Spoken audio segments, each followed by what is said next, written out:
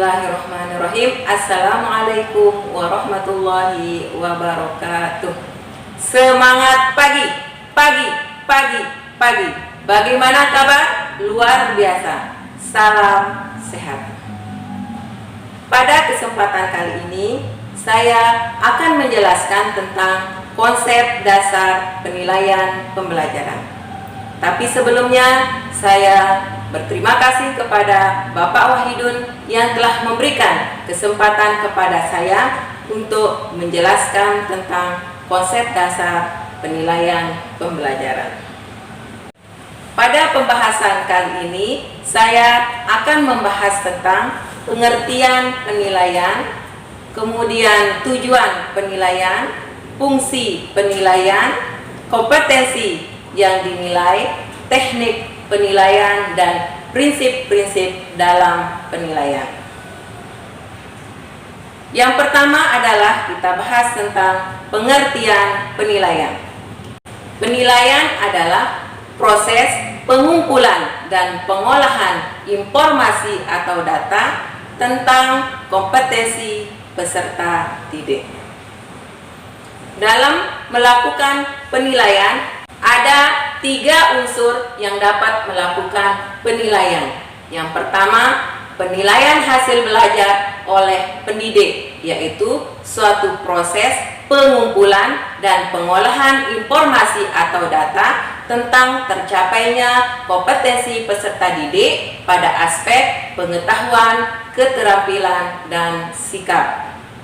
Kemudian yang kedua adalah penilaian hasil belajar oleh satuan pendidikan, yaitu proses pengumpulan dan pengolahan informasi tentang tercapainya kompetensi peserta didik pada aspek pengetahuan dan keterampilan.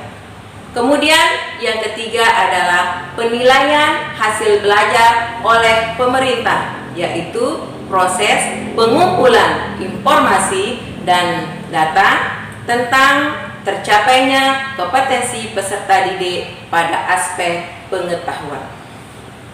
Selanjutnya adalah tujuan penilaian.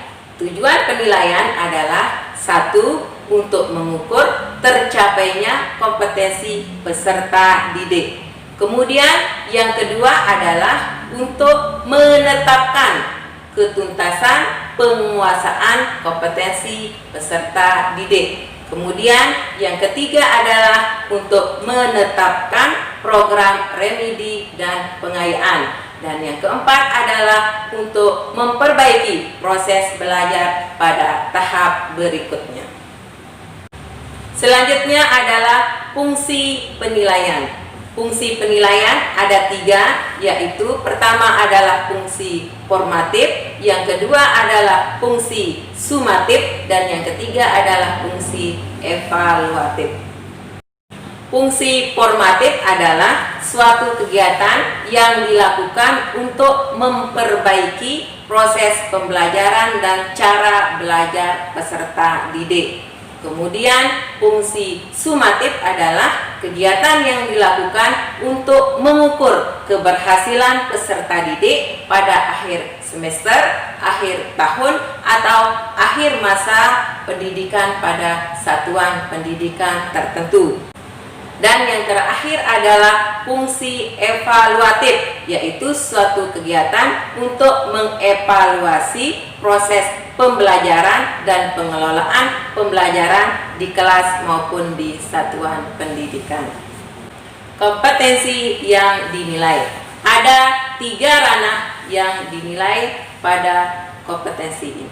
Yang pertama adalah ranah pengetahuan atau kognitif, yaitu suatu kegiatan yang dilakukan oleh pendidik untuk mengukur penguasaan pengetahuan peserta didik. Yang kedua adalah ranah psikomotorik atau keterampilan, yaitu suatu kegiatan yang dilakukan oleh pendidik untuk mengukur sejauh mana kemampuan peserta didik dalam menerapkan kemampuan pengetahuannya melalui tugas tertentu. Yang terakhir adalah ranah afektif atau sikap, yaitu suatu kegiatan yang dilakukan oleh pendidik untuk memperoleh informasi yang deskriptif tentang perilaku peserta didik. Selanjutnya adalah teknik penilaian. Pada ranah kognitif, maka teknik penilaian yang kita gunakan adalah menggunakan tes tulis, tes lisan, dan penugasan. Sedangkan pada ranah keterampilan atau psikomotorik, yaitu kita bisa menggunakan teknik penilaian portofolio, produk, kemudian proyek, dan praktek. Dan yang ketiga adalah pada ranah afektif, kita bisa menggunakan teknik penilaian, observasi, penilaian diri sendiri, penilaian antar teman, dan jurnal.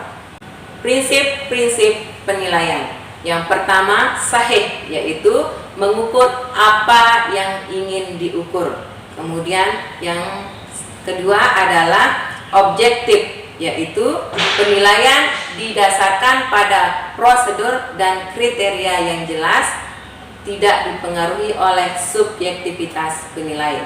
Yang ketiga adalah adil, penilaian tidak menguntungkan dan merugikan peserta didik. Kemudian yang keempat adalah terpadu, merupakan satu kesatuan yang tidak terpisahkan dalam proses pembelajaran. Dan yang kelima adalah terbuka, artinya penilaian bersifat terbuka, bisa dilihat atau diakses oleh orang yang mempunyai kepentingan.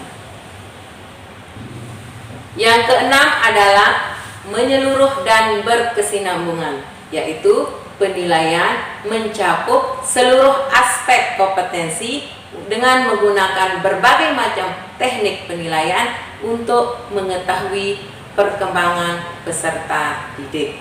Kemudian yang ketujuh adalah sistematis, yaitu penilaian dilakukan secara berencana dan bertahap mengikuti langkah-langkah yang baku.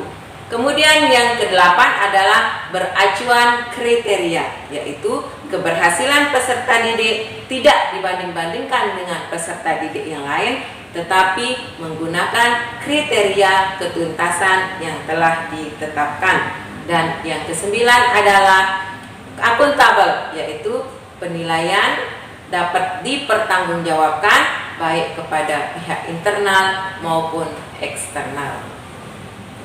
Demikian penjelasan yang dapat saya sampaikan. Mohon maaf kalau ada kekurangan dan semoga memberikan manfaat. Wabillahi taufiq wal hidayah. Wassalamualaikum warahmatullahi wabarakatuh. Semangat!